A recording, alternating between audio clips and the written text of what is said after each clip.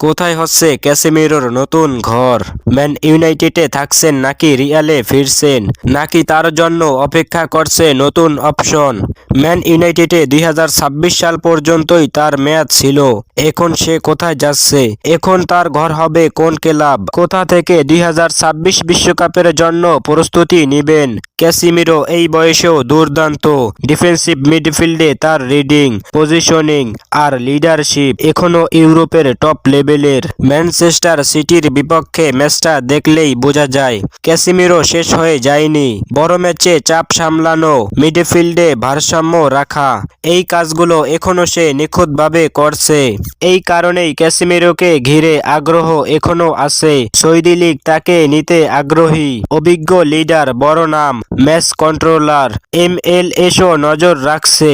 ক্যারিয়ারের শেষ অধ্যায় হলেও তার অভিজ্ঞতা দিয়ে একটা পুরো দল বদলে দিতে পারে। হ্যাঁ, এটাই ক্যাসেমিরো। কিন্তু একটাই বিষয় পরিষ্কার, ক্যাসেমিরো চাইলে ম্যানচেস্টার ইউনাইটেডেই থাকতে পারে। ক্লাব যদি অভিজ্ঞতার ভারসাম্য চায়, তাহলে ক্যাসেমিরোর মতো একজনকে ছাড়া ঝুঁকিপূর্ণ।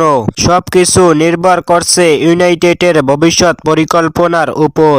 রিয়াল মাদ্রিদের প্রসঙ্গে বাস্তব কথা বলতে হয়, ক্যাসেমিরো সেখানে লিজেন্ড, সম্মান অটুট। কিন্তু বর্তমান রিয়াল পুরোপুরি তরুণ প্রজেক্টে চলছে। ফেরা অসম্ভব না, তবে খুব কঠিন। ফেরাটা অসম্ভব নয়, কিন্তু খুব কঠিন। ক্যাসেমিরো এখনো টপ লেভেলের ফুটবলার। নতুন ঘর হতে পারে, আবার ইউনাইটেডেই থেকে যেতে পারে। সব সিদ্ধান্ত এখন সময় আর পরিকল্পনার হাতে। সব সিদ্ধান্ত এখন ভবিষ্যতেই দেখা যাবে। আপনার মতে ক্যাসেমিরোর এই অবস্থায় কোথায় গেলে ভালো হবে? কমেন্টে জানাবেন।